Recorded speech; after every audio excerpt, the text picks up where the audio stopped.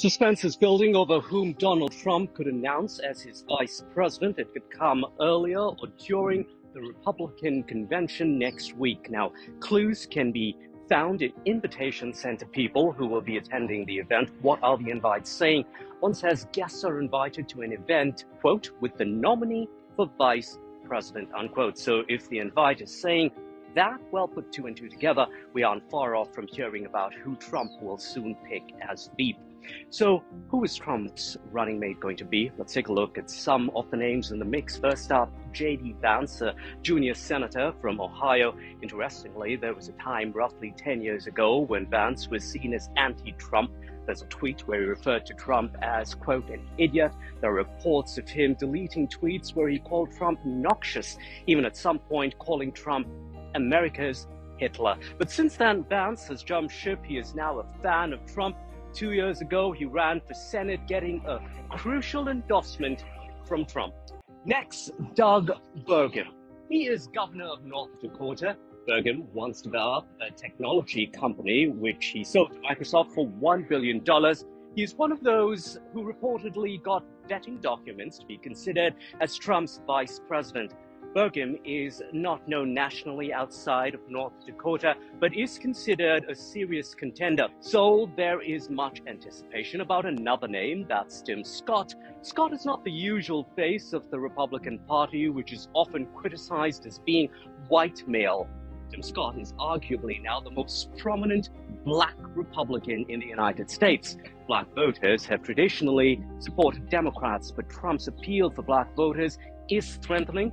Tim Scott as VP could further bolster that. Now, staying with a vice president who could also represent diversity, Elise Stefanik. Stefanik is reportedly the only woman on Trump's VP shortlist. She is 39 years old and at one point was the youngest woman elected to Congress. She brings youth and could appeal to women voters. Stefanik was once hesitant about Trump and seen as a moderate, but is now one of Trump's fiercest defenders on Capitol Hill. Another name, Marco Rubio. Rubio is a senator from Florida. There was a time Rubio and Trump hurled personal insults at each other. Trump called Rubio Little Marco because of his smaller stature. That time has long passed.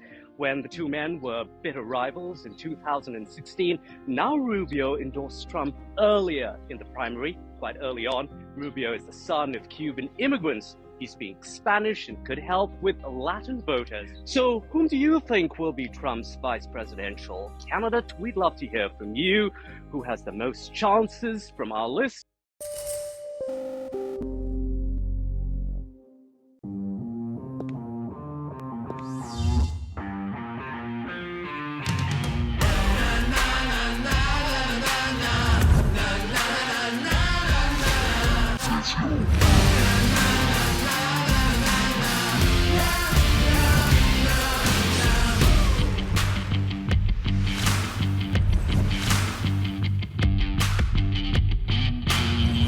Make informed decisions with comprehensive analysis on the go.